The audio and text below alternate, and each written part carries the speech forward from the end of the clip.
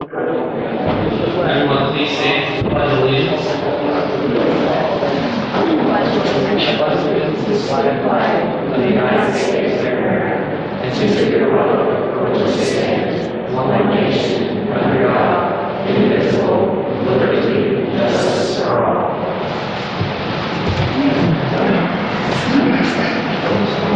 Having the four had a chance to review the minutes of the last meeting.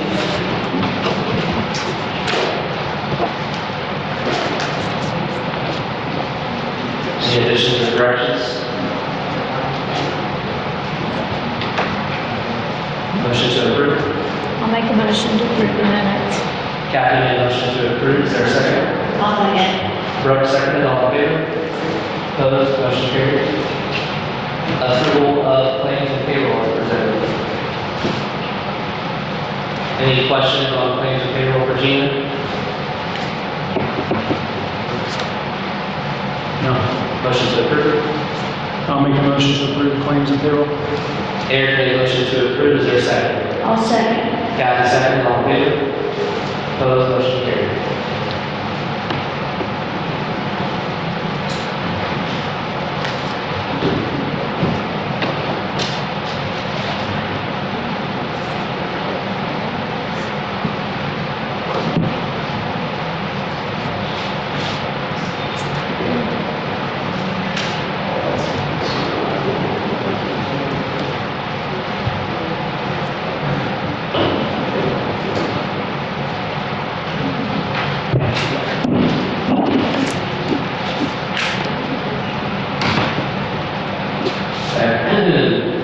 We're going to skip the legal business right now, and we're going to move into the public hearing on the proposed lease for the golf course project. We'll go ahead and open that up, public comment.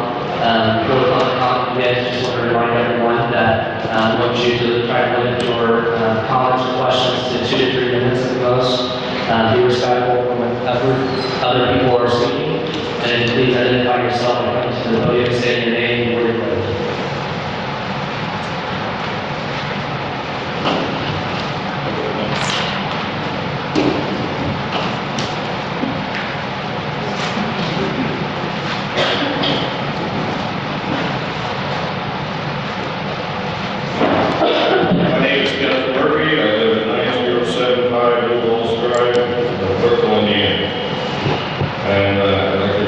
Comments to the attorneys for those who can. Yes, sir. First of all, we appreciate the opportunity to participate in this information sharing procedure here, and I promise to keep my comments brief. Currently, there is an active criminal investigation being conducted by the Indiana State Police detectives of the White Collar Crime Unit into allegations of conflict of interest by members of the Brookville Town Council and others who may be complicit in regards to the underlying purchase of the Brook Hill Golf Course and throughout the process of securing this bond. On October 4th of 2021, a petition was filed with the Brookville Town Clerk Treasurer in opposition to the 22 budget on behalf of the citizens of Brookville. The petition goes into great detail about these allegations and has been forwarded to the Indiana State Board of Accounts and to the Indiana Department of Local Government Finance. This evening, I would like to provide you with a copy of that petition, and I would urge you to examine the information thoroughly prior to taking final action on the proposed bond. Thank you again for this opportunity.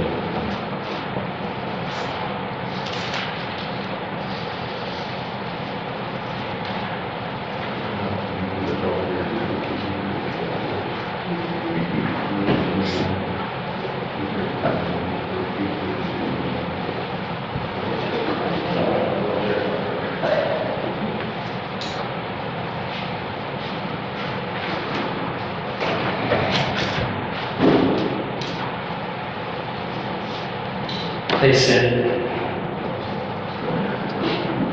I am Ms. Dupree, and I just have 2 questions. When were you first contacted to complete the feasibility study? Just the date? And then also, when was it actually completed?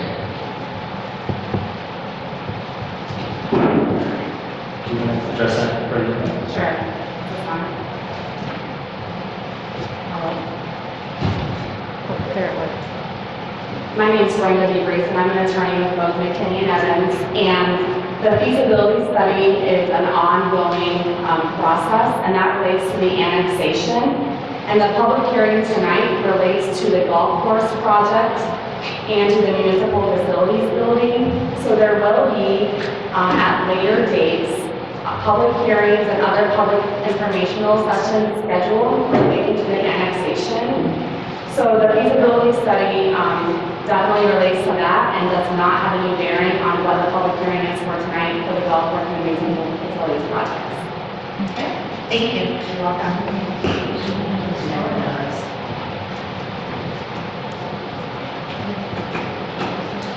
Anyone else?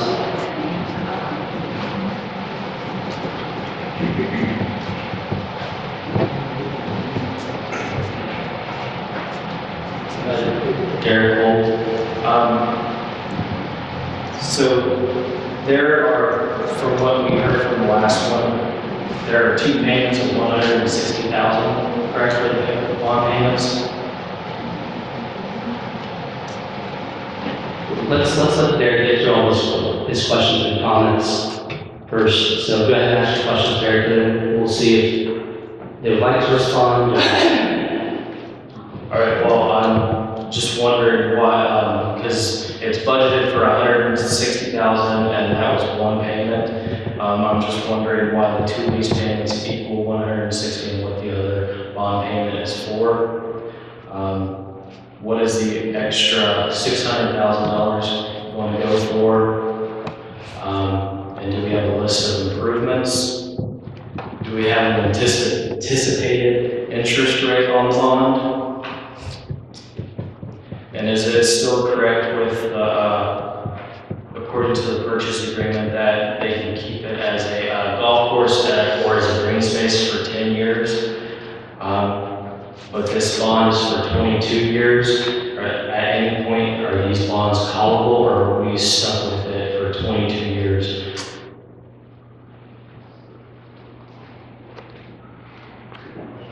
Does that conclude your questions, comments? If I have any follow-up questions based on what that was answered. Thank you for your comments. We'll take that into consideration.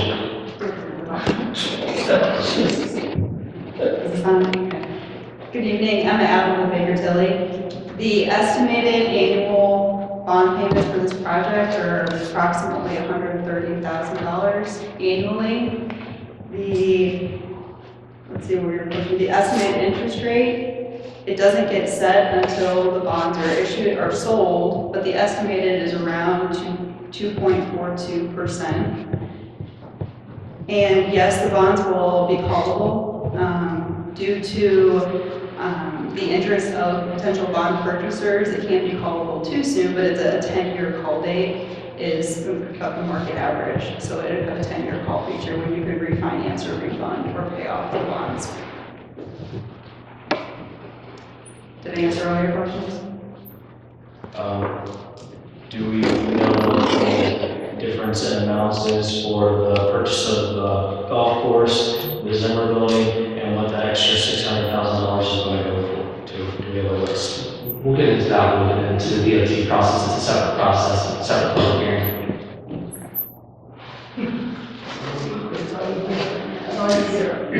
Anything else, Derek? Nope. Thank you. Anyone else?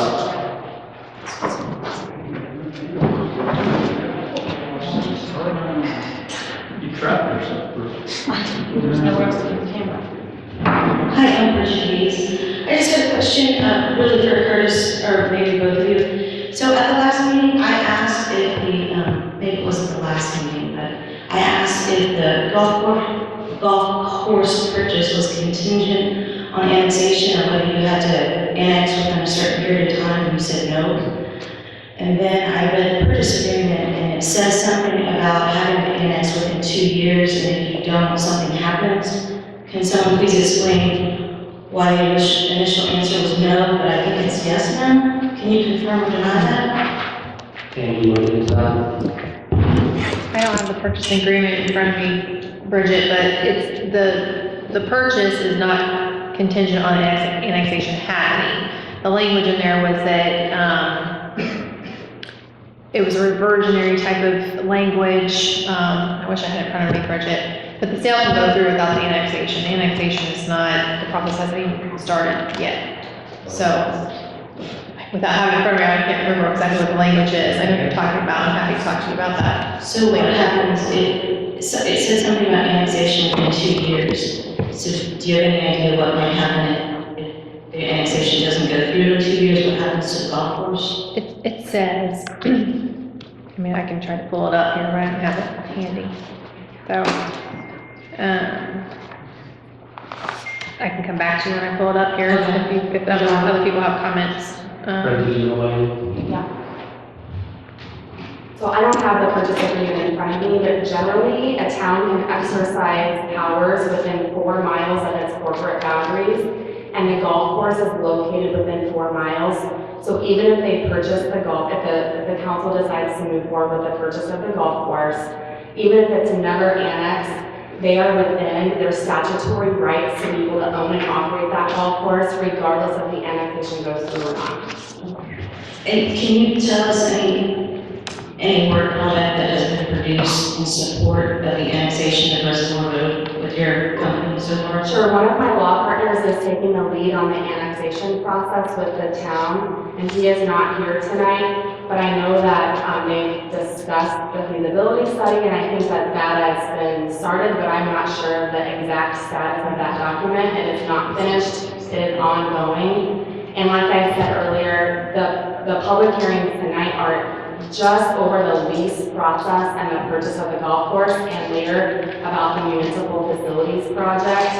The annexation will be done at a later date, and per the statute, there will be public hearings and opportunities for the public to weigh in on that process and ask any questions regarding the annexation at that time. Yeah, unfortunately, you haven't been here for the last 2 years, but this board has actually talked about a feasibility study in conjunction with the purchase of the golf course and annexation as one big fat, large concept. And so I think that a lot of people are confused at the lack of progress on the feasibility study because everyone thought that that feasibility study would be complete and that you guys would inform the town whether the purchase would be something they should or should not do and whether they could make money or not. That's what I thought a feasibility study was.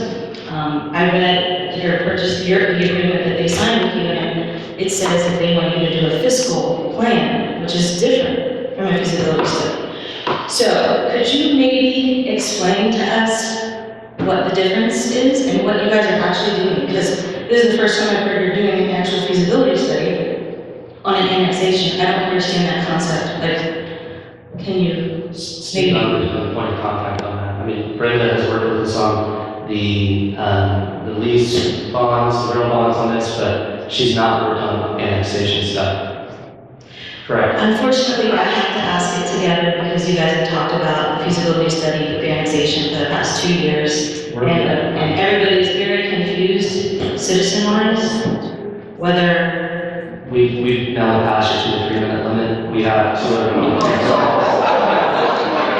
You can ask it at the next public hearing when you have another 2 to 3 minutes. I'll ask it. I'll ask it. Sure. Please say your name and where you're from. My name's Ted Martin. I'm from Brookfield. My question to you is that with this feasibility study, it only makes sense to me that not a thing is done until we get that feasibility study. It's everything going on until that comes up should be moved. I appreciate your concern. You don't think so? No, let's rush into it. Let's do it right now. Is that where you're going? You answered my question. Thank you. Can we answer the question that at least that I asked within a certain time frame? It's, Brenda, do you want to describe the process for a public hearing, please? About the feasibility study, remember I asked what the definition was versus a fiscal plan? Maybe at least answer that? So I'm not working on the annexation process. Just The talking public about hearing, definitions. so tonight the public hearing is about the lease. for the golf course purchase and the lease for the municipal facilities project. There will be public hearings related to the annexation process later. As Curtis stated, Steve Unger at our office is a partner on that project, and I know that they've been in communications with the town, so I have not been directly involved with the feasibility study. And do you want to describe the protocol for public hearing? People are asking questions. So tonight, a public hearing, basically, we published a notice saying that there will be a public hearing. That's an opportunity for the public to state their concerns and state their questions. It does not obligate the council to respond to all those questions. It's just an opportunity for the public to be heard and to get their concerns out there on the record. So tonight, the public hearings are limited in scope to what was advertised, and those are the lease for the golf course and the lease for the municipal facilities project. Thank you. Anyone else, please?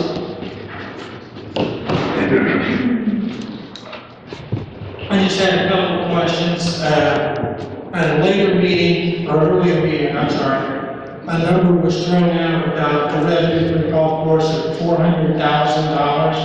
At that time, I asked if that was a net number or a gross number, and I didn't get an answer. I want to know if you have an answer for that now. I also would like to know why this council thinks it's so important for the town of Brookfield to get into the golf course business.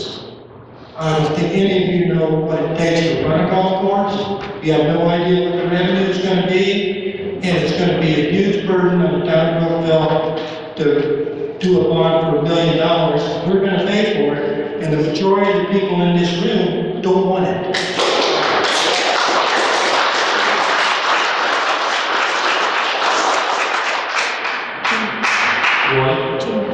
Gina. Could you answer my question, please? And today the board members would like to answer a question, that's fine, I'm choosing not to. I'm Roy Hall, I live here in Brookville, and I'd like to put my 3 minutes to Bridget so I can hear what she has to say.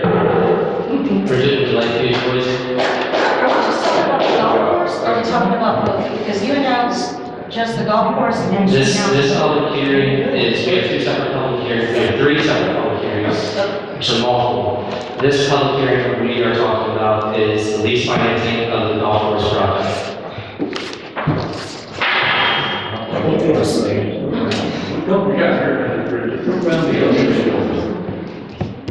So can you just please explain what a feasibility study is in general legal terms? That we can understand. Sure, a feasibility study is part of an annexation process where they go through and they figure Just in out. general, not in conjunction with annexation, but just, what does that word mean? Feasibility study in general In general. means where they go through and they figure out the costs and benefits, they figure out how much it will cost to take on this project and what the benefits may be. And that's as general as can be about a feasibility study. Okay. Would you consider that to be a good thing to do before you purchase a business or property? We're getting into questions that's unrelated to the lease. The reason why I ask is because the town did not do that for the purchase of the golf course, and that's what we're talking about. So I think a lot of people are concerned whether it's a good financial decision for the town to do, considering there's been no professional legal work or financial work done. So I do know that as part of this bond process and this purchase process, under the statute, a feasibility study is not required for the golf course as part of this purchase process related to the golf course and the leasing process.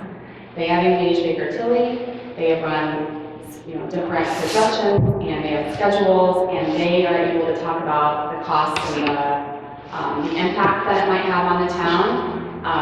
I can turn over, I'm not sure wants to address any of those numbers specifically, but as you were asking me earlier, the feasibility study is not required via statute for the lease and purchase process for the golf course. Thanks. Anyone else?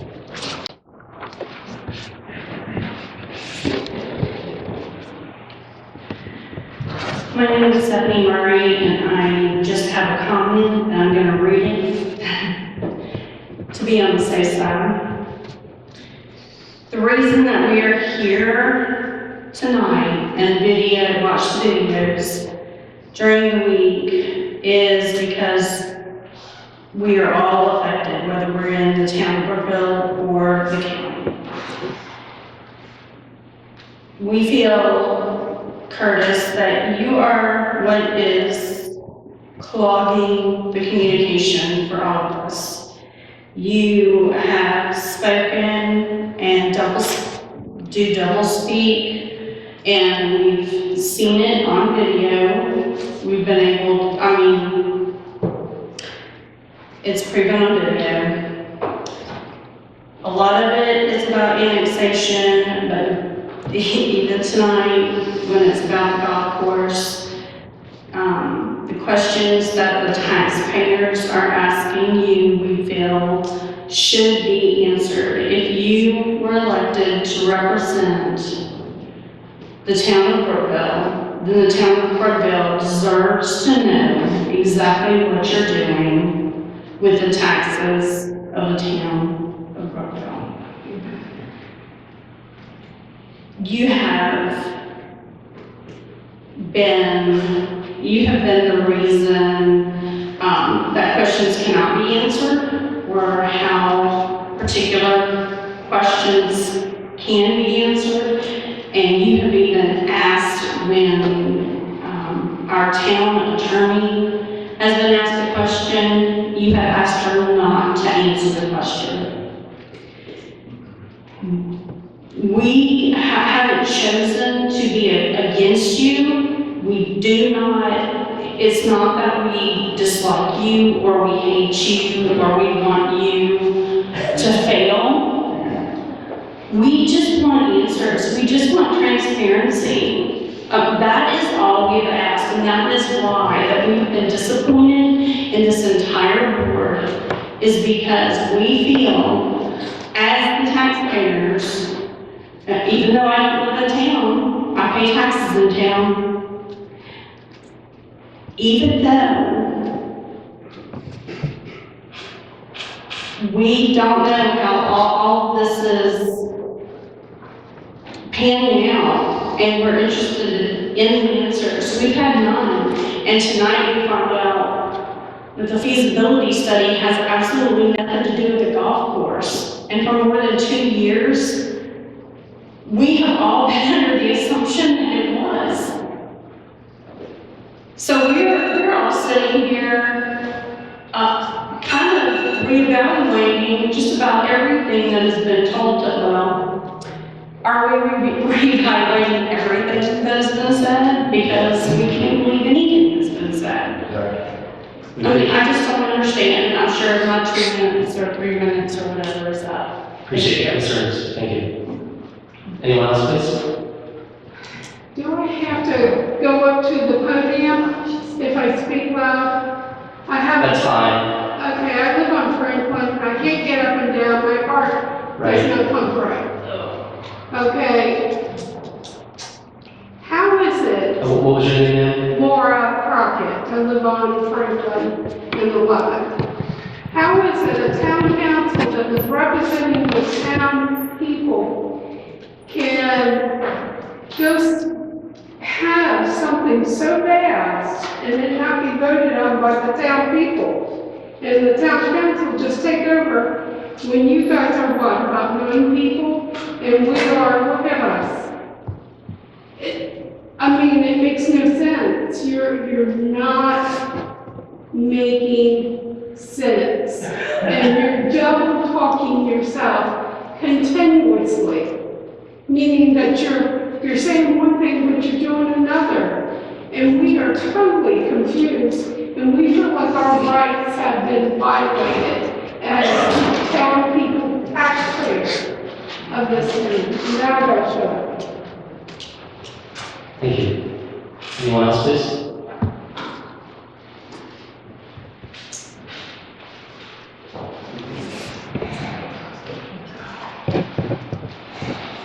Mr. Channing, has everyone else had a chance to speak before we get in? I just wanted to, I asked 2 questions earlier. I didn't get an answer to either one. I'm not going to provide an answer. If the other board members would like to answer a question, that's their prerogative, and I'm choosing not to. You choose not to answer the question. Yes, sir. Who do you work for? Hey, Paul, what was your question? No, who do you work for, Curtis? You work for the town of Brookfield? I've already stated I'm going to answer your questions tonight. Paul Cheney. Makes sense, yeah. Paul Cheney, what were your questions? You had two of them. My one question was about the $400,000 number that was thrown out, nobody knows if it was gross or net. And the other question was, why is it so important that the town of Brookfield feels like they need to get into golf course systems? Okay. Now, I never got an answer to either question. Can anybody answer that question? Well, if you would settle down, then I'll leave you alone. Excuse me, who's speaking? Who's speaking, please? Chuck. Chuck? I'm speaking, right? Okay, go ahead. I'm sorry. That's all right. I sound like I'm coming from back there, the speakers. Number one,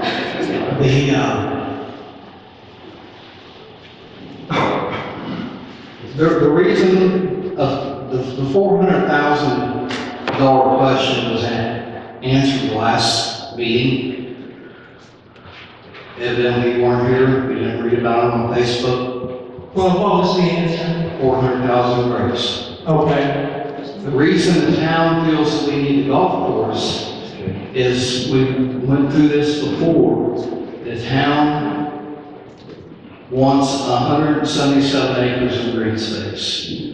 We're looking into the future. We're looking out for our kids, our grandkids. We're not gonna put anything on them that they cannot handle, okay? As far as running a golf course, there's already employees out there that are going to continue to run that golf course for us. I don't care how many employees there are, why does the town want to be in the golf course? Well, I'll tell you something, Paul. Have you ever heard of a municipal golf course? Have I ever heard what? Of a municipally owned golf I course? certainly have, that has nothing to do with the town. Sure it does. Owning the golf course. Sure it does. You guys are making a big deal like it's something you've never heard of before. No, I don't have, there's a lot of municipal golf courses around. Okay, so I'm trying to keep the questions and answers, so everybody was wanting a swimming pool. We're not talking about swimming pools, we're talking about golf courses that is not within the town limits of the town of Brookfield. What is the big rush to buy this golf course? We're talking about $1 million that you people are gonna put us in debt that we have to pay back. And I just wanna know why this board thinks we should use it in town of Brookfield. Not everybody in the town of Brookfield wants this golf course, evidently. You say everybody, you don't speak for everybody. And you don't either. Mr. Cheney. No, I don't. I speak up here with this board and who controls it right now. Mr. Cheney, your time is expired. You work for us. But I will say that we think it's a good investment for the town of Brookville, or we would not do it. I don't want to believe that. Anyone else, please? When's the election? Yeah, that's when you guys get to vote on this stuff is during the election. That's right. That's right. We know. Chuck, you own a lot up there at that golf course? Excuse me, you've already had your public comments, we're not going to I've exchange. known one for 20 years. We're going to keep order in these hearings. Kinda. No. Chuck. Keep order. As we've said, you can address the board when you're at the podium, 2 to 3 minute max. The board feels that they want to answer questions, it's their prerogative. Mr. Reese. Hi, I'm Mark Reese. Don't know a whole lot about all this, but what I've been hearing throughout the paper and Facebook and everything else is, and what Chuck just said, this is for the betterment of our youth to come. I disagree, because it's gonna raise all my property tax. My 3 businesses, tax is gonna go up. My rental properties, tax is gonna go up. And so, that's not helping my kids none. That's gonna destroy my businesses. And a lot of other small businesses around town are gonna suffer because of this. So I don't understand why it's so important that we buy a golf course. Half the people in Brookville don't even play golf. I mean, Excuse me, Mr. Reese is speaking, like we mentioned before, it's a public hearing, you're at the podium, you know, respect. We expect the same from the audience members. What? I didn't hear a word you said. Sorry. Can you repeat it, please? I was asking the audience to keep it down when you were speaking, to be respectful of your time. Thank you. But that's all I had to say. I just want to let you know that, it's my opinion, I don't think we need to have a golf course. Thank you. Thanks so much. Curtis, would you like me to address the tax rate, tax impact? Sure. So in Indiana, properties have a tax cap on the gross assessed value of properties. Homestead residential properties have a 1% gross assessed value tax cap. Rental agricultural properties, long-term care facilities have a tax cap at 2% of the gross assessed value.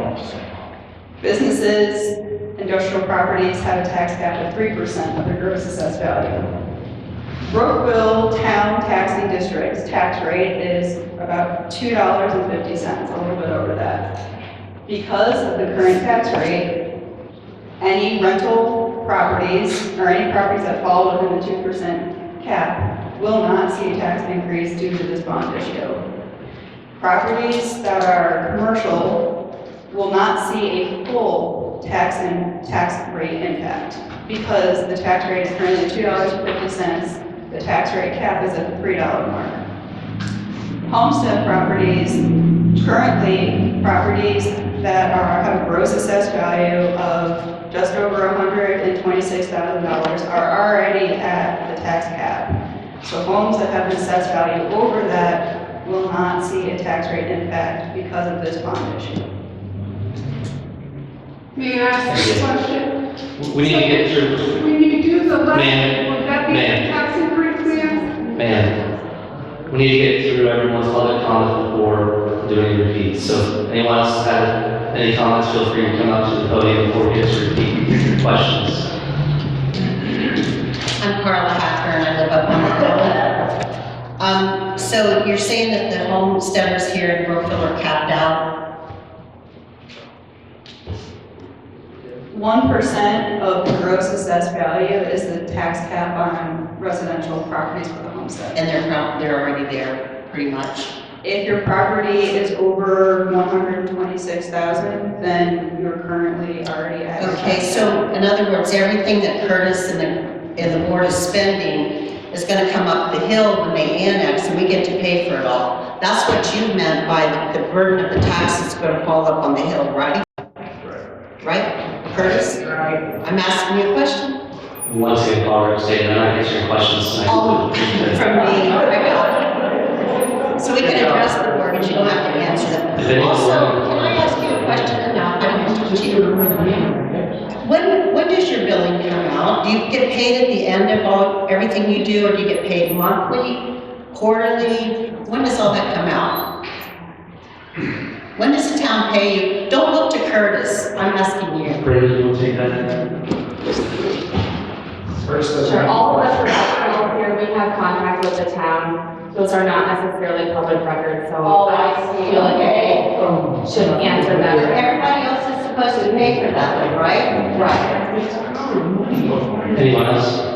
Roy, you've given your time to, we'll let someone else, and if there's somebody else, we'll get back to you.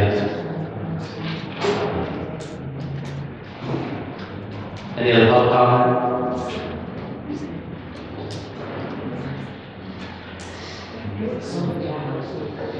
Okay. With that being said, is there a motion to close the public hearing on the lease financing of the golf course project? I had a question. You were gonna circle back? Brenda recommended that we close on the Borough Council's opinion. Can I at least get more definition on the tax cap? Like you're saying, so anything under 126,000 would Miss increase? Steve, we can get into that, the next public hearing, we have a public hearing regarding the lease for the next municipal project, you can ask that question then. So, is there a motion to close the public hearing on the golf course lease financing? Brooke made a motion to close the public hearing, is there a second? I'll second. Derek, second, all in favor? Here's the. Opposed, motion carried. So that closes out the hearing on the golf course lease financing. We will go ahead and open the public hearing on the lease financing of the municipal facility project. Are there any comments or questions for the board? Once again, the rules apply. Please come to the podium, address the board, 2 to 3 minutes, max time, identify yourself, please.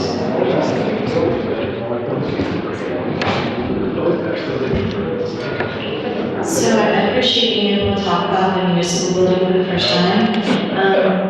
I would like to ask a question on why the board is purchasing the building and why, what is wrong with the police headquarters right now? And why is there, has there been any identified to move them? I have been to the street department and it is very sad there. And going to Zimmer, they would be very happy, I understand that, but I don't understand the police department. I have not been here to know that there has been, since people told me there's been recent renovations on the police department. I'm just wondering what has been their limitations, because they've never mentioned it. I've been coming to these meetings for 2 years.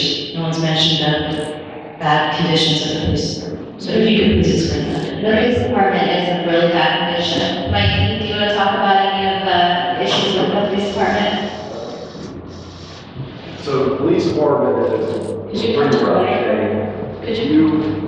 go inside the building, I don't know if you actually came there to take a look at it. I know that some people have written articles stating that they don't believe that it's necessary or that it's in good condition or they believe it's in good condition. If you come in, I would actually invite anyone who would like to take a look.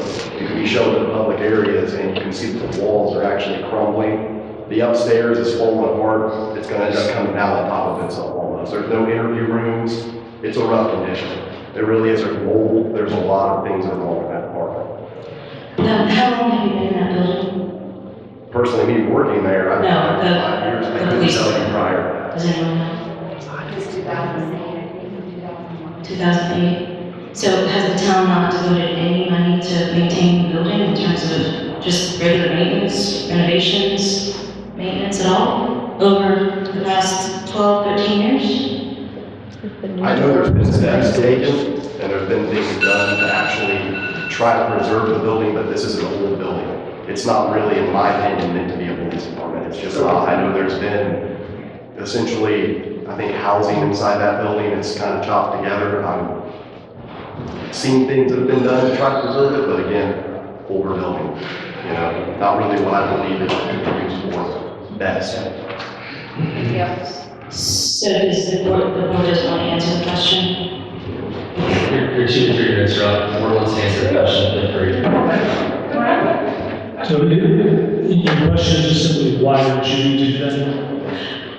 Yeah. Why go to another building? We've never been told what the problems were with the police department. I appreciate the response, but like officially by you guys, we've never actually been told what's wrong with the building. We don't know.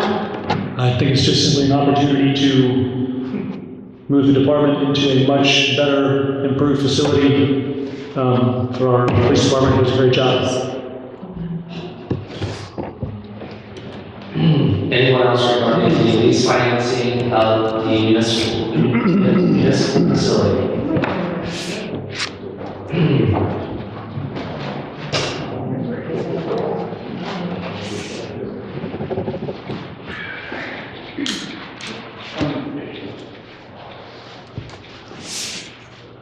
So am I allowed to ask the question now for more definition of the cap and all that stuff? Because I'm just trying to figure out where the money's gonna come from if almost everybody is capped out or maxed out or whatever. I'm trying to understand this, but you're saying now 126,000 and under will see the raise or the height or what? Like, can you define this or explain it better? So properties that have a gross assessed value less than 126,000, the tax rate impact is going to be different depending on your home value. The closer you are to that cap, that 126,000, really the less increase you would see. So to the extent that a lot of properties in the town are at that cap, what that translates into is called circuit breaker tax credit losses. It translates into a loss to the town.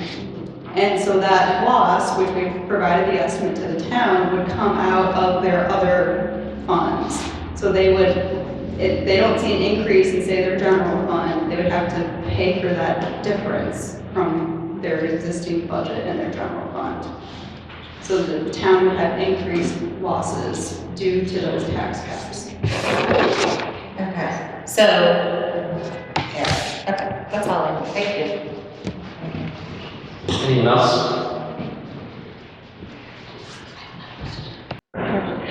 So would it be correct to say that the majority of the lower income people in houses that are worth less than $126,000 are going to bear most of the burden of this bond? Yes. Yes. I would disagree with that characterization in that the home value, it's based on, your tax rate is kind of, you know, it's currently $2.50 is the tax rate that home values are based on. That an increase in that amount, it's a lower property value. So the dollar amount that translates to would be less for a property that has, you know, lower assessed value. Really, if you're at the tax cap, then the town, through its general fund, its other budget, would bear a lot of it through their increased circuit breaker losses. Yes, I heard you, but I'm just, like I say, I'm just trying to figure out what type of citizen is gonna bear the most increase in taxes based off this bond. And it sounds like, from what you've already said, the only category that has any room to grow taxes in are those people that own homes less than 125 or 6. Also, Is that- commercial industrial properties are not at their tax cap. Okay. So some of them, but they pay more taxes normally than residents, right? Okay, so the people, business owners and those that are in houses less than 126. Thanks. One last question. As the president of the board, are you in charge of the other elected officials? No, I'm in charge of keeping order of the meeting, so. Okay, because you've cut Chuck off a couple times, but you haven't cut Eric off. I just wanted to make that as a public comment. Thank you. Appreciate your comment. Anyone else? Okay, motion to close the public hearing on the lease financing for the municipal facility project. Yeah. Chuck made a motion to close, is there a second? A second. Kathy, second, all in favor? All opposed, motion carried. Public hearing is closed. We will now do the town public works and public safety project public hearing. This is a project involving the DOT with Greg Marks, with Marks Development. Greg, do you have anything for the board before we start the hearing? Is there any comments or questions regarding the town public works and public safety project public hearing? What is it? Yeah. Do you want to give a rundown? Yeah, sure. Good evening, my name is Greg Martin with Team Development. Just to give everybody in the room a little bit of background, we had responded to a public request for proposals back in spring of this year, so I'd estimate maybe 6-7 months ago. And in that request, the town was asking for contractors that were qualified in essentially constructing public works buildings or town halls. And we've done a lot of those, and so we responded. We also did your pool project last year, so I know I've met many of you through that. And so we responded to that RFP, and we were selected earlier this summer. And what we were tasked with is essentially looking at the assets that the town owns and helping them make decisions by providing budgets and so forth. And so one of the buildings that we had looked at on behalf of the town is the former Zimmer Tractor Building, which I'm sure that everybody is familiar with that. And so we looked at that building for months now. We've provided budgets on several different scenarios. And so the public hearing tonight is regarding that building, and I'm happy to answer any questions now or as the public hearing proceeds. Thanks, Greg. Once again, this is a public hearing, same rules apply as the last two public hearings. If you have questions or comments, please come to the podium, address the board, and state your name for the record.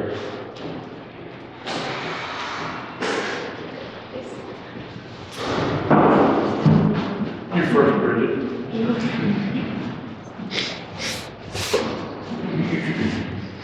I guess the first question is, why do you have public hearings before the experts can even tell us, the public, what's happening? This seems a little backwards. I thought the bond hearing was the only time I could talk about this. I didn't know that was the name of the project. That's the first time I've heard that in public. Could you give us any more details about the building itself, or what your assessment was, or how much square footage, or, I mean, what the overall plan is, especially when it comes to renovations? I mean, this is the first time we've heard from you in Brookville, so we don't know anything about this project to include the name. But can you give any more details about it? And do you have a piece of paper, I guess, if you could give us or something?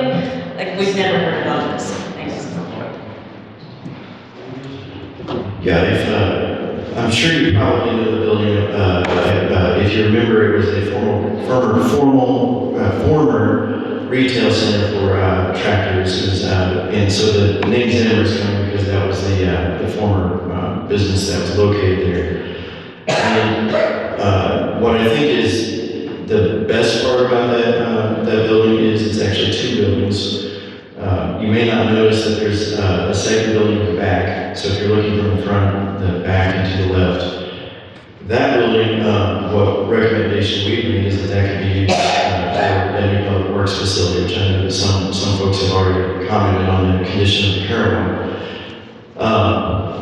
That building actually doesn't need anything done to it, maybe cleaning, I would say. That would be our recommendation, is that's just simply cleaned and then it's in good condition in our opinion. The main building that was used as the retail center before, which would be the one that you noticed the most if you're driving by, it's the one that's closest to the front. Our assessment is that it would need about $200,000 to renovate that building.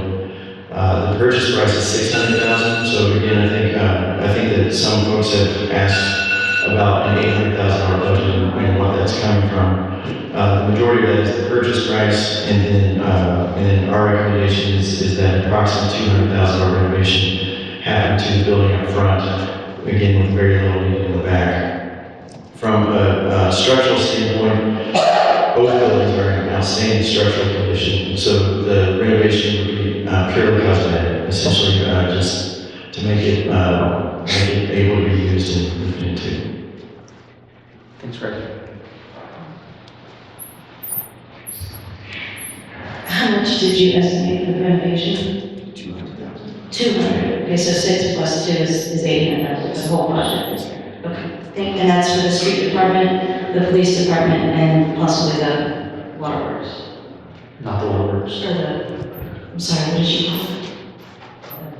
He called it the public works. Public works. Is that waterworks? I don't know what that is. What's public works? It could be anything municipal. Yeah. I'd say anything municipal. Okay, so it's just street and police as far as we're doing it. Okay, great, thanks.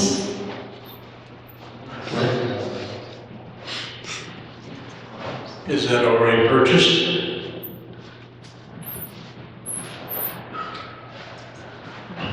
No, sir, it is not purchased. We have made an offer, but we are not planning on moving forward with the purchase until the public proceedings are completed. It's a good question.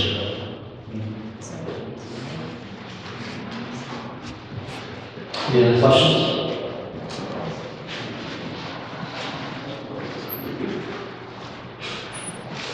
What happened to the town hall idea? When this started, it's town hall. It wasn't police, street, anything else, town hall. What happened?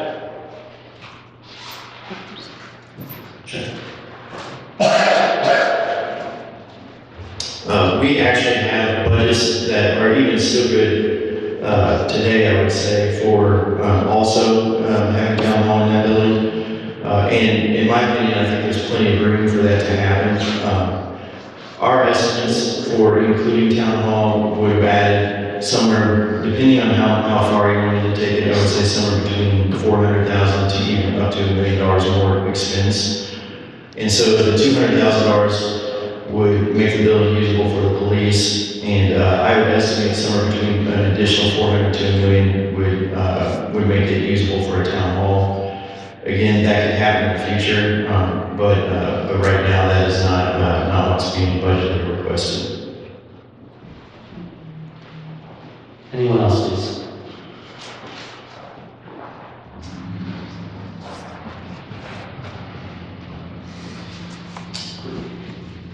Motion to close the public hearing on the Town Public Works and Public Safety Project hearing. I'll make a motion to close the public hearing. Kathy made a motion to close. Is there a second? Second. All in favor? Opposed? Motion carried. Okay, so we have, next up will be resolution number 2021-8. This is a resolution of the Town of Brookfield and the upcoming matter related to the lease financing of the golf course project. Brendan?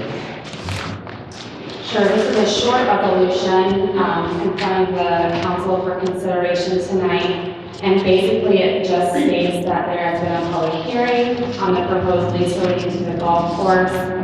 A need exists for the financing, and this resolution approves the form of the lease, which is attached to this resolution, and authorizes the council to proceed with the steps as necessary to secure financing and leasing, and also authorizes the council to go through the appraisal process, which is required by statute for this golf course project. If there are any specific questions relating to this resolution, I'm happy to answer it.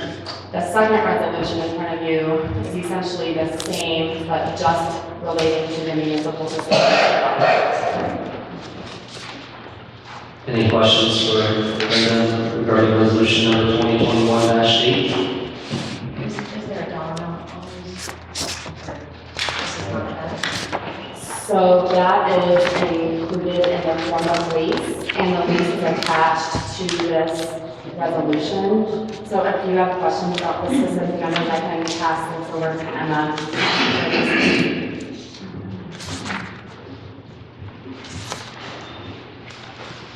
Included in the lease and the legal notices, there are maximums in connection with this bond issue.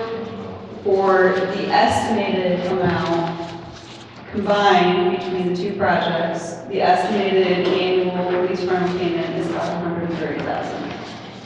What's the total dollar amount? Annually? So the bond, right, are you okay if I talk? Okay, so in the sources and uses for the bond issue, there's the $1 million for the purchase of the golf course. There's the $800,000 for the purchase and renovation of the building. And then there are some issuance costs on top of that for the bond issue. So the estimated par amount is about $1,940,000 for this bond issue. The actual dollar amount will be determined on the date of sale. So they do have an allowance for the purchaser of the bonds, and maybe they don't take that full amount. So it could be less, but that's what we're estimating. The bonds would have a 20-year term, which is the maximum term authorized, and the annual payments are estimated to be approximately $130,000 annually. Those payments will be set on the day of the sale when we get the actual interest rates. It's going to be a competitive sale, so you'll hopefully get bids from multiple interested parties, and you would choose the lowest interest rate that's offered on the day of sale.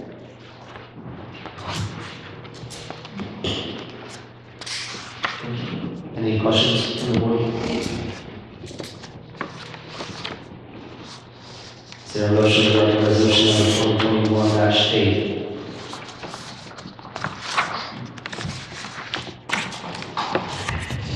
I'll make that motion. Eric made a motion to approve. Yes, sorry. Eric made a motion to approve, resolution number 2021-8. Is there a second? I'll second. Brooke second, all in favor? Opposed, motion carried. Next up, we have resolution number 2021-9. This is a resolution to the town of Brookville, Indiana, regarding matters related to lease financing of municipal facility project. Brenda, I believe the same resolution that you mentioned before, same dollar amounts applies when you referenced before. Is there any additional questions regarding the resolution number 2021-9? Is there a motion? I'll make the motion. Kathy made a motion to approve resolution number 2021-9. Is there a second?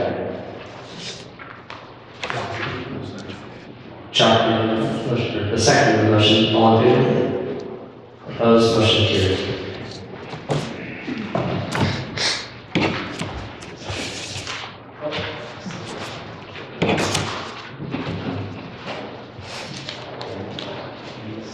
And while we're signing this, there was some concerns earlier with the conflict of interest. Do you want to address that? Sure, happy to. Prior to any votes that the council took relating to the golf course or municipal facilities project purpose access, that there was a conflict of interest that existed.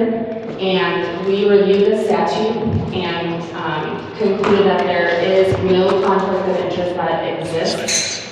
And just to be on the safe side, if there were a conflict of interest, he would have to fill out a disclosure form, making that conflict public. So while we do not think that a legal conflict of interest exists, he did go ahead and fill out a disclosure form. So relating to the golf course project or municipal facilities project, any vote that Chris has taken or participated in does not violate the statute. Resolution, next up on the agenda is resolution number 2021-10. This is Brookfield Town Council's finding as to the Citizen Budget Objection. Tammy? Yeah, so, as you know, there was an objection filed to tonight's budget, that is on the agenda for approval. Pursuant to statute, a finding of town council is to be, passed by a resolution, so that's what you have in front of you, so you can just read it. So this is resolution number 2021-10, a resolution of the Brookfield Town Council finding as to the Citizens Budget Objection. Whereas the 2022 Brookfield Town Council budget public hearing was held on September 28, 2021, and an objection to said budget was filed on October 4, 2021, within 7 days in accordance with Indiana Code number 6-1.1-17-5, subsection B, and whereas the town council of the town of Brookfield, Indiana, the town, in accordance with Indiana Code 6-1.1-7-5C, now finds that said objection does not specify the provisions of the budget, tax rate, and tax levy to which the taxpayers object, and there is no merit to said objection. Now therefore be it resolved by the town council of the town of Brookfield, Indiana, that 1, council finds said objection to be without specificity and merit. And 2, this resolution shall be in full force and effect after its adoption by the town council of Brookfield, Indiana. So resolved, 12th day of October 2021. Any questions pertaining regarding that? Is there a motion on the board?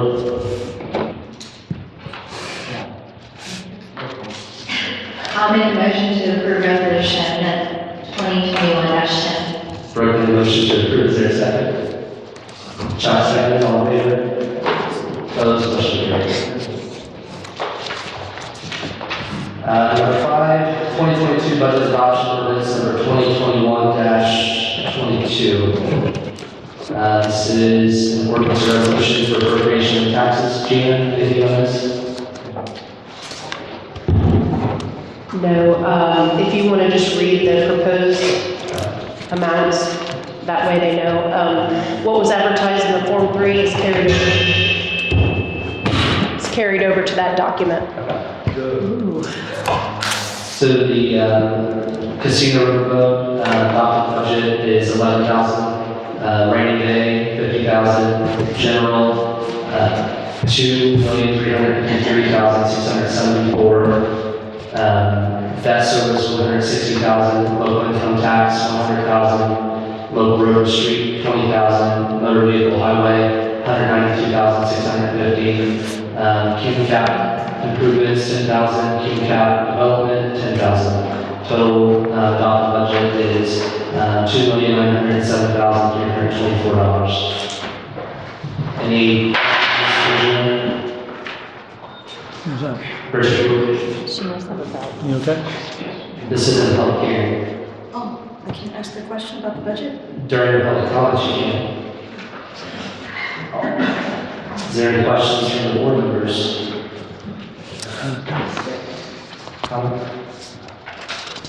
Is there a motion regarding ordinance number 2021-22?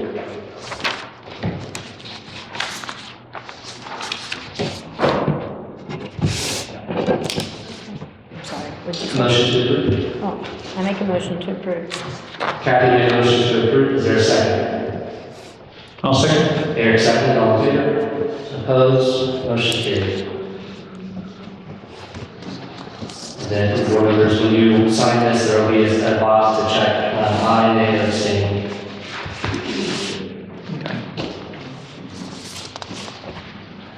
Aaron, we have you up for AFG grant award quotes and equipment requests.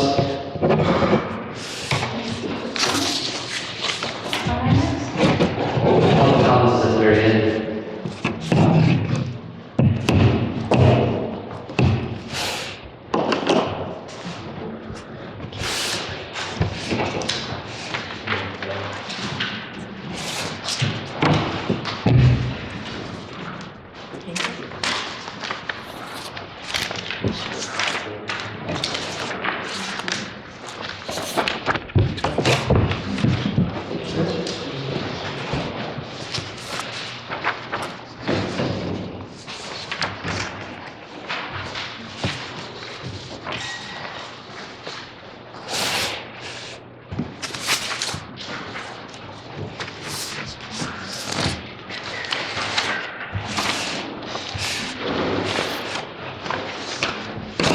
Anybody here from the newspaper?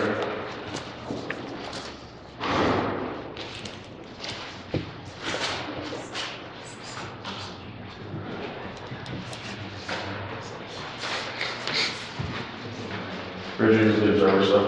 No, I haven't. Okay. Anybody from the Observer?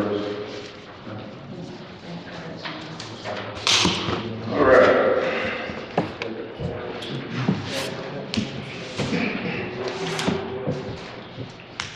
So back in February, we were, the FEMA AFG grant application opened. I've got just a couple little statistics here on the total grant program. $319,500,000 was appropriated by the federal government for the Assistance Firefighter Grant Program. There are 3 different project areas in that total amount of money. The area that we applied for was Operations and Safety Grant.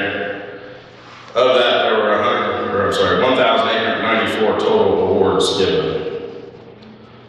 The average award was about $154,325 that includes paid combination, which is paid and volunteer, and just volunteer fire departments. This year, we used a grant writer to help with the narrative. We've tried 2 other times to apply for this grant. And just couldn't get over the hump. So I contracted with the grant writer. The fee was $300, I believe, $400. He wrote a narrative, or helped write a narrative based off of the oral narrative. And we were lucky enough in round 7, I believe, to receive our award.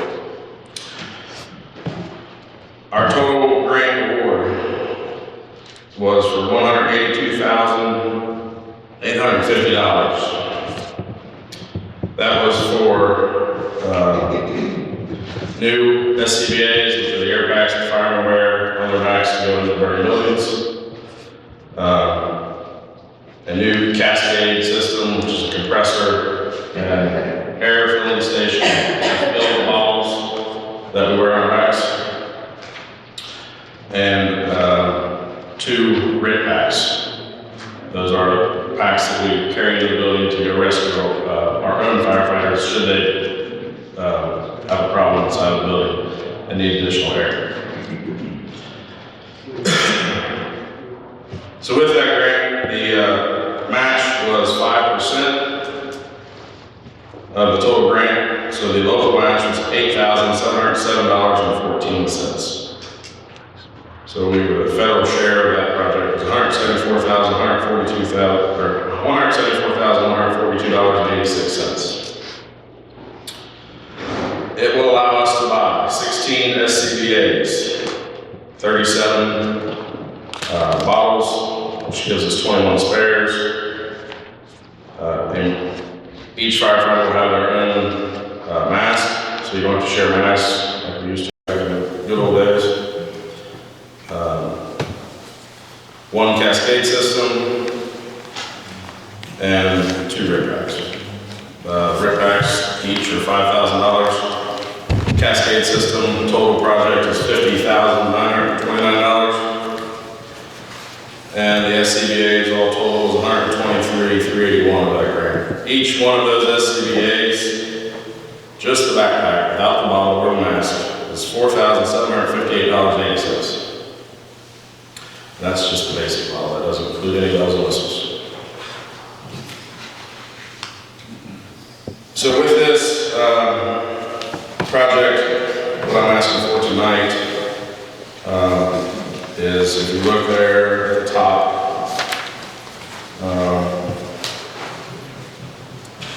the column on the left, grand total amount requested for equipment is $184,325. That puts us a little bit over budget of what the total grant would pay for. So I'm asking for a little bit of additional local funding in order to supplement or to pay for all of the equipment we need. If you flip to the second page there. Also, along with that is they now offer integrated thermal imaging cameras in the packs. Each one of those is $808. An actual thermal imaging camera is $10,000 a piece. Obviously, a full thermal imaging camera, the screen's about that big, as the one attached to the pack is about that big. But it does allow, firefighter, it's basically right here, it's on their radio, or on the electronics of the pack, and they can just quickly look up and use it if they don't have the actual tick, okay? I would like to put that tick on 4 of the packs, have that integrated. The grant will not allow to pay for that because that's obviously above and beyond, that's a bell and whistle item. So I'm requesting another $3,000 of funding for that. Our air bottles that we get have a quick change, quick connect on them. It's like a quarter turn as opposed to the old where it's like an actual threaded adapter.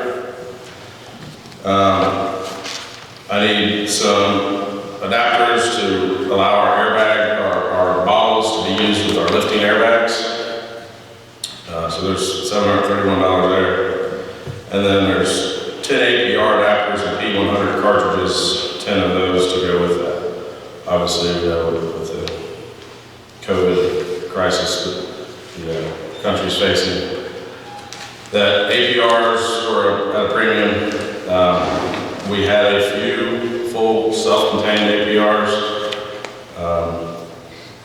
but these allow for the adapters so the firefighters can be able to take off their pack, pop in the APR adapter to their mask, and still be able to work in some overall conditions, less smoky conditions, and still breathe safely.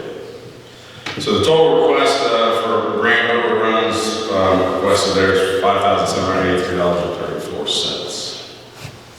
So that's on top of the local match. So basically, actually looking at just under $14,000.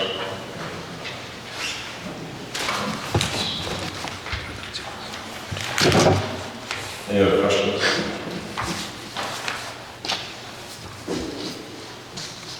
Yeah, I don't know where you're getting the 14,000. It's 5783 and 1475? It's 5783, that's for the second page, it's the additional stuff, and then the original match, federal grant match is 8,707. Oh, I was seeing 1475. That's right. Oh, I see. See, I was seeing. Right there. Okay. All right, sorry. Oh, I see it. Is this in this year's budget or next year's? So it doesn't have to be paid until we receive the equipment. So the air compressor's already been, along with that grant procedure, we have to secure 3 quotes. We don't have to put it out for bid because nothing was over $75,000 for Ohio. So we don't have to follow bid restrictions. But I do have to secure 3 quotes to comply with the grant requirements. So we obtained 3 quotes, we solicited for 3 quotes. On the packs, we received 2. One dealer chose not to bid on the packs, and then we received 4 quotes on the compressor. And we selected that, however, told them to start building the thing. It's, I think it won't be here till next year. I think it was 6 months lead time on that. The packs was 3 months, I think, was the delivery.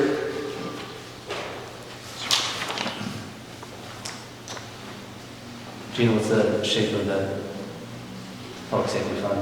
Do we have some of this we can do this year?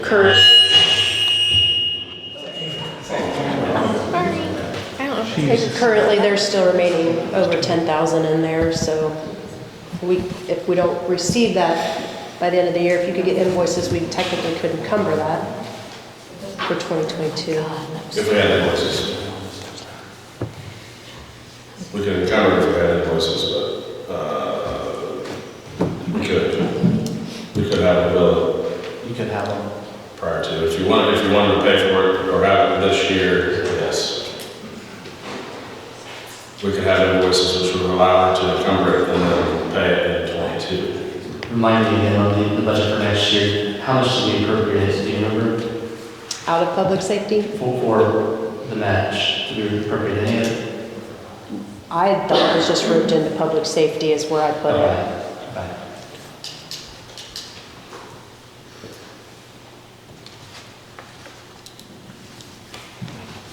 To me personally, we were looking at paying this all out of pocket if we didn't receive this grant because we received the life cycle of the equipment. Correct. The budget time, my request was for $185,000 to replace all that equipment. Yes. Luckily, the grant was able to come through. So you're looking at, with the extra money there, you're looking at about 10%. Compared to. Yeah, it's definitely better. So is the question whether we're gonna pay for it out of this budget or next budget or split it? The question is, The extras. are you going to allow me to purchase the extra equipment? Yeah. I can cover the cost overrun out of our annual operating budget, but I can't afford the integrated takes. Our annual budget's only, did you give me 25 next year? I would make a motion to go ahead and approve the overages and allow you to purchase since there is so much money saved. So Brooks made a motion to approve the full request for the overages of $5,783.34. Yes. Well, does that need to also have the 8707? We already finished the local match, right? Okay. I understand. If you don't have to put a dollar amount, I would prefer you not, just in case my numbers are exactly correct. Those, that cost grant overrun, when the spreadsheet figures, it's kind of, because when I ran the numbers of what the actual 5% match from the government was, our local match was higher, but when we submitted the grant, it automatically figures it, and it said 87%, which is not 5%, it's like 4.3 or something. So I don't know. And I'll make a motion to approve the local match as well as the bridge. How's that sound? So, how much money would be roughly 14,000? If you want to put a cap on it, 16,000, you want to put a cap on it. If you want. So what's this other paper? That is showing a 3-year finance, 5-year? That's all, that's the next project I'm going to talk about, Joe. So I would second Brooks' motion. So there was a motion made, remind Brooke, to approve the local match and the overage. Aaron suggested up to 16,000. Are you good with amending that? Yep. Yeah, we'll add up to 16,000. Up to 16,000. Aaron, are you still going to second that? Yes, I'll second that. Okay, so the motion's made and seconded. Is all in favor? Opposed? Motion carried. And then I'll work with Gina to see if we can encumber it this year, most of it, or whatever, to get it done for makes sense. those two guys. All right, my next proposal project, because we're always here asking for something. So like I said before, at the budget time, we asked for $180,000, because we didn't know if we were going to get the grant. And with that, there were financing options of that equipment, a 3-year, 5-year, 10-year financing project option. At the lowest, or the highest, the 10-year, the annual, expected annual cost is going to be about 21 grand. Now that we know that we don't have to buy the packs, we've also got some other equipment that needs replaced all the time. So back in 2006, we were able to get that same grant that we just got this year, and that bought our rescue tools, our jaws of life, for lack of a better term. It's the more common term that everybody understands. So those tools are now 15 years old and need to be replaced. The technology in vehicles nowadays, as far as the metals that are used in construction of cars, is by far advanced to what it was 15 years ago. And the hydraulic cutter tools of the past have a hard time working on newer vehicles. And the new equipment that's out, the newer technology, obviously because everything's going to battery, and the battery technology has improved so much, the new tools are battery powered instead of having to run a gas engine that ran a hydraulic pump it through hoses to the tool. So we're asking to purchase or replace our hydraulic rescue tools. Currently on our engine we have a cutter, a spreader, and a ram. And then on the ladder truck we have a combi tool that we purchased with our ladder truck. So we do have 2 sets of tools should we have 2 accidents or multiple vehicles on an accident scene that have multiple tracks. Total project of those rescue tools is $47,875.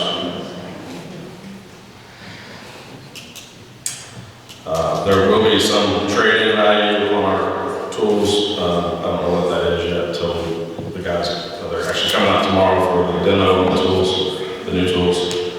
Until we, talking seriously about whether we're going to buy, I don't know what the trade-in value is. And then I've got there a 3-year finance option.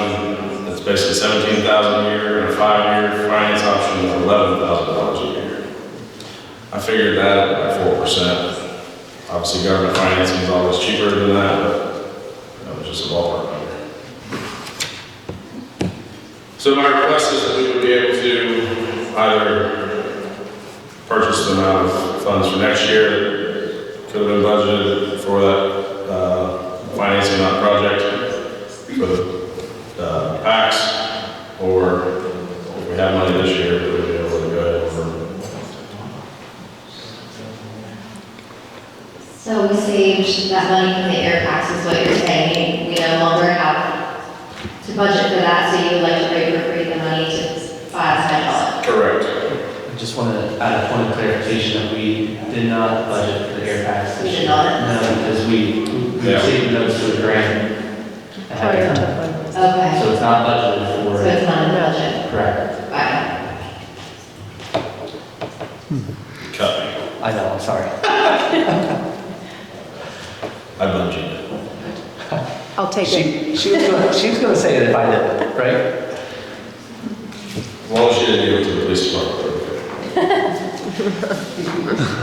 Is there, with the 5-year finance option, we looked at the air packs, and we're considering that as the budget year that we had.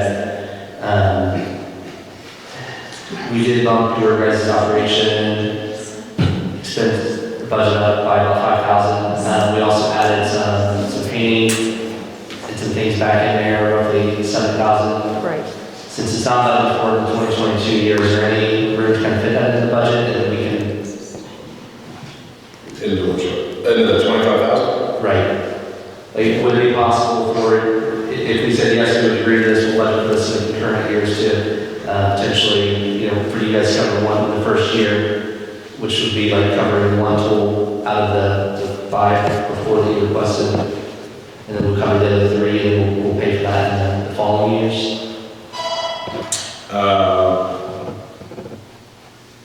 Yeah, I would agree with that. Yep, if you would. So basically, for the 47,000, if we would cover one of the tools or a percentage of that project out of our not-for-profit private corporation that we have, the association. Right. And then we could budget for this in the following years. The 11,000, or however, whatever financing line that we pick from there on. Makes sense. And we can even finance it, so it doesn't go against you. And then reimburse it back. I would agree with that. Gina, does that sound okay? I don't want to start the 2022 budget with another issue. Yeah. So just to clarify, you're saying the 5,000 increase that we allotted their department for supplies, we could use towards this? If they wanted to use that, if they wanted to use funds from their fundraising. Basically, what he was saying is that we would pay the first year's payment. Oh, okay. And that would be our cost share. And then we start financing. We would approve the remaining budgets for 2023 and so on, if we choose a 3-year or 5-year option for them. It'd be better to plan, yeah. That's what I thought too. That is the whole reason that we have the association over there. We do those fundraisers. It's all just to put back to the fire department. So there's no reason that we have a monster raffle and breakfast fundraisers and sit on a bunch of money. So. Is there any other ideas or questions, or that was just one idea that I thought of? And I, if you guys knew for sure or not, but we did purchase a this year from our raffle money. So we were able to get some grant funding from United Way for lost revenue because we weren't able to have a raffle and stuff last year. So United Way had some grant programs for not-for-profits that lost revenue because of issues like that. So we were able to get some grant funding for that, and that was able to pay our truck payment, the final truck payment on the brush truck that we had purchased. When you guys bought the engine and the tanker, we bought the brush truck. So then this year, after our golf outing, it was very successful at the Brook Hill Golf Club. We raised about $13,000 for the fire department. And we used that money to purchase a ATV to be used for river runs, grass fires, any type of incident like that. rather than having to use my code all the time. Then tear it up. So that was about $17,000 is what that project, we're waiting on Zimmer to, it should be delivered next month. That's what Brian told me today.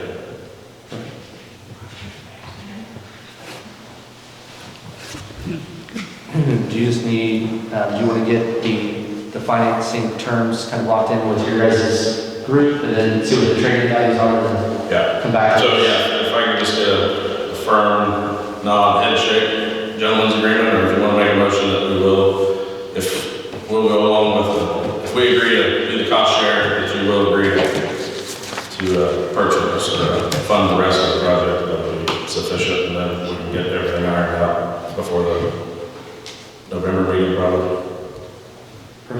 Is there a motion to that effect? Yeah, I'll make that motion. Eric made a motion to have fire department proceed with the next steps regarding the rescue tool replacement proposal. Is there a second? I'll second. Cat seconded, all in favor? Opposed, motion carried. Thank you. I have fire contracts, looking through another list, but rather than make them all back, I see them all back up. Do you want to give us an update on the contracts? So, I guess this year, when you guys sent out the annual fire contracts, Highland Township sent back their contract with some language changes that they had got from another township trustee, Ripley County or something, that had a bunch of different words. The fire contract that we have been using, I don't even know how old it is. It was originally typed on a typewriter. Gina, when she came in, she actually converted it to a Word document, so. Other than that, it was just a Xerox copy, and I think they just whited it out, money amounts every year, retyped it. But it is a very basic contract for protection of Brookfield Township, Highland Township, and Butler Township, a portion of Butler, a portion of Highland. So after seeing that, and my recommendation is that we, Tammy and I, work on rewording those contracts, updated language, checking back with State Board of Accounts to see if they have if there's any merit to what Highland Township is saying on their recommendation, and then bring us back for resubmit before the Yeah, Next so, I don't know if this is gonna go off real loud or not, but, so basically Highland sent the one that we send out every year back, along with, a little bit lengthier one with some extra language in it. So I spoke to Mr. DeFawcett, who's on the board, and one of the signatures on it, asking kind of, well, we got these two back, where we're at and why we did that. And he said that somebody out of Ripley assists him with those types of things, and they said that the State Board of Accounts sometimes will want additional language. He wasn't real sure, exactly what that meant. They used a template from Ripley. I don't know what their setup is there, or if it's any different than ours. So I'm fine working with Aaron and trying to get something that's more up to date. Ours is pretty generic and general and basic, so I'm happy to do that and get that out to the townships again for execution. It's the only difference between us and most volunteer fire departments around us is we're municipally owned, and all the other fire departments are private, not-for-profit corporations that contract with governmental entities to provide fire service. Where you guys are the owners of the fire department, and we're your employees that are unpaid that provide service. So you are the actual contract executors as opposed to a volunteer fire department incorporated. And all of them in Ripley County are that way too, they're privates. So is there a motion to authorize Aaron and Tammy to redraft fire contracts to meet any recommendations that State Board of Accounts has? Yeah, that would be language changes, only no funding changes. You guys are agreeing on that. Yeah, make that motion. Eric made a motion to authorize. Is there a second? Brooke seconded, all in favor? Opposed, motion carried. Thank you. Thanks, Aaron. Okra Grant Wastewater System Improvement Project budget, Gina. So you have a breakdown. Jody with SIRPC, she was the grant administrator. for this project, the sewer project at the bottom of Progress Street. It is completed and all invoices have been paid. So the total, the actual breakdown, we received $522,427 from OCA. We paid local funds $522,427.18 with our local funds. So the total project cost came in under what it was projected to be. So the total was $1,044,854.18. We had 3 draws from Okra. The total draw amount was $541,368. And as you can tell, the only eligible Okra amount was the $522,427. So we had to return $18,941 back to Okra. But that is been taken care of and is completed. So that grant should be closed out. Any action required? Thank you, Jane. We'll move the appraisers for the street department building back to the next meeting. Town Aquatic Center, we received a letter from Mayor. Gina, do you have anything related to this, or should we wait till Tim's back? I would preferably wait till Tim's back, if he has any further information from her. All I had was the email that was sent out regarding her training and That's the sidewalk application. possibly the purchase of safety equipment so she could train lifeguards next season. Okay. Is there a motion to table the Town Aquatic Center discussion until Tim returns? I'll make that motion. Chuck made a motion to approve. Kathy seconded. All in favor? Opposed? Motion carried. The sidewalk replacement applications, we have one application for Devin Shoemaker. Property is located at 111 East 3rd Street. He is looking to replace 38 feet of sidewalk, 5 feet wide, with a 4 foot by 5 foot ADA compliant ramp. The total cost for the project is $1,575, and the town's portion of that is $625. Does everybody have a chance to look at this? Did you guys see it? There's a drawing on the back of the application.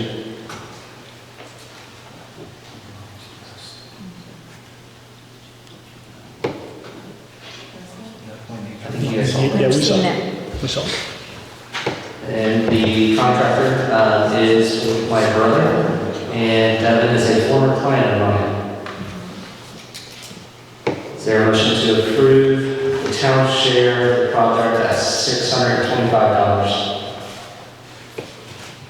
I'll make that motion. Eric made a motion to approve. Is there a second? I'll second. Kathy, second. All in favor? Opposed? Motion carried. Street closure request. I received this from Nancy May. For the safety of pedestrians and people attending the event, Lieutenant Governor Suzanne Crouch, Main Street, Brookville, Inc. respectfully requests closure of Progress Street to through traffic from alley by FC parking lot to the corner of 5th Street and Progress Street by the West Fork of Whitewater River from noon until 5 p.m. on Thursday, October 21st, 2021. Lieutenant Governor will be visiting Brookville in the afternoon on the 21st to recognize Brookfield as a pilot community for the Preserving Main Street program. The presentation will be in front of the Valley House Class Annex at 451 Progress Street from 4 to 5 p.m. The Lieutenant Governor will arrive at 3:30 p.m. Thank you, Nancy May, Executive Director of Main Street, Brookfield, Inc. Is there any questions or comments regarding the street closure request? Motion to approve. Chuck made a motion to approve. Is there a second? I'll second. Kathy, seconded. All in favor? Opposed? Motion carried. Schilling Center carpet cleaning schedule. Gina's at number 10. Both of us, actually. We decided that we wanted to seek permission to either obtain quotes and maybe get someone on a schedule here to take care of the carpets for the Schilling Center. So if you guys would give us approval to move forward with maybe getting some quotes. I think it's a good idea. Yeah. Is there a motion to approve the request? I'll make that motion. Brooke made a motion to approve. Is there a second? I'll second. Kathy, seconded. All in favor? Opposed, motion carried. Any updates from department heads? Any board member updates? Yeah, I have a comment. So we have the new pedestrian crosswalks on Main Street. And I don't know if Officer Straight is still here, but I do believe it's against the law to, if that's blinking, there's people standing there to cross Main Street. The vehicular traffic should stop and let them cross. The pedestrians have the right of way in that situation. I've seen it not being followed quite a bit. I know we're not Gatlinburg, but if you do it down there, your bus will get busted. And I don't want somebody to stand there thinking, oh, this car's going to stop and it's going across the street. Safety. It's good reminders. And yeah, so I don't know if, because we're not used to that type of new technology here. Actually, those are very nice, except for one, you can't really, you can't see one of them through the trees. But I don't know if we need to talk to Terry when he gets back about, are they enforcing that? Or if it is even, I guess, if we don't have an ordinance for it, I think we need to make one. Do you want to call Terry when he gets back and Yeah. talk to him and see if there is, if not, bring it back to the board? Yeah. So I think it's a good reminder, it's something that was brought up, so. Thank you. Any other board members? So one thing that I have before we go to public comments is, our next meeting date is scheduled for the 26th. I believe that, we may not have a quorum for that meeting. So we need to decide if we want to move the meeting a week earlier or a week later. I would recommend a week earlier. So that the meeting would be 7 p.m. on 10/19/21 rather than 10/26. Does that impact anything you guys do? Okay, great. I can meet the 19th. Okay. Yeah, that's fine for me.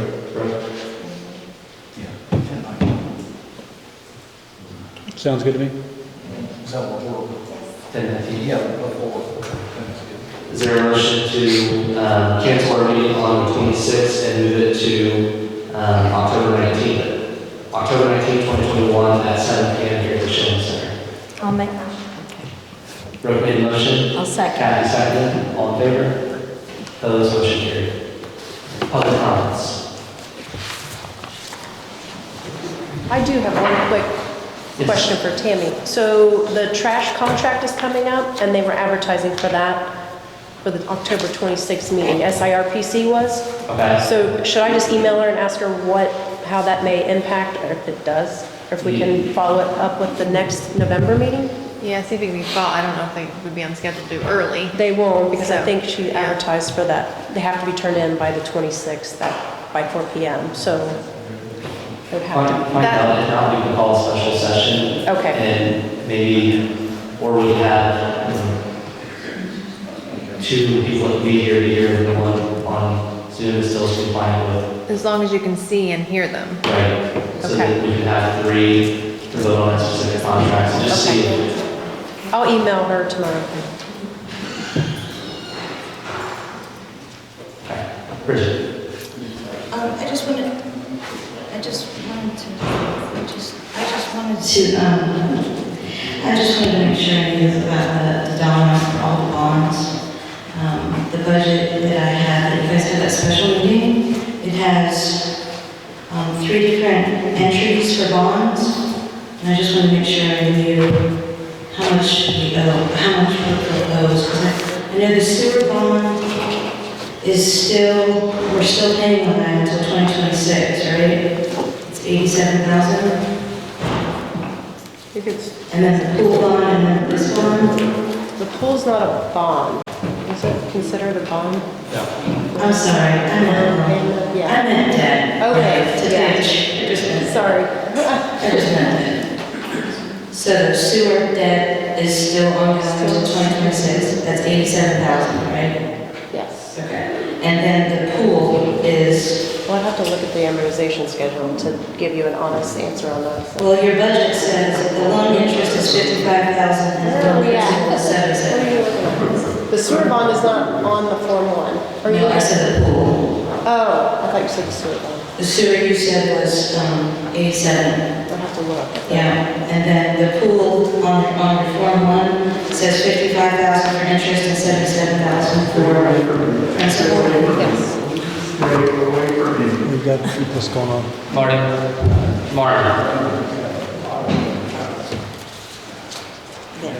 Please don't disrupt the That meeting. Mike can take care of it. So that's included in the general fund?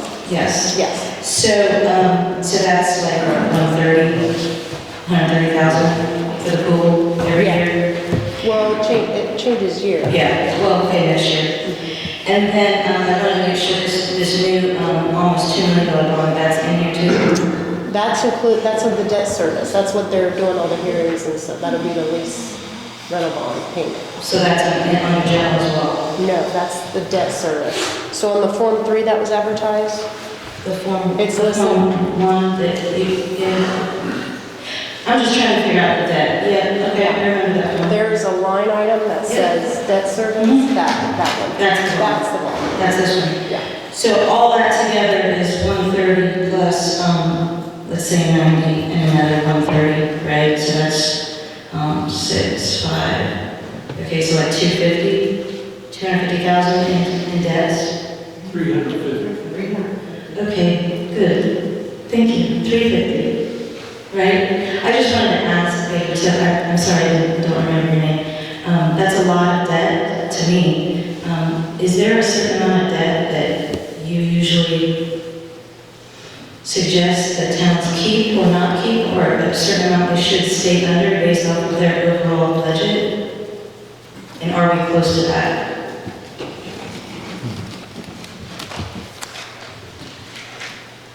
It's really a determination by the town board and the clerk treasurer of the town as a whole of what you can afford based on the revenues for your various funds, based on anticipated debt service. So every town is unique. So there's not a particular recommendation. So it's no recommendation. Okay, great. Thanks.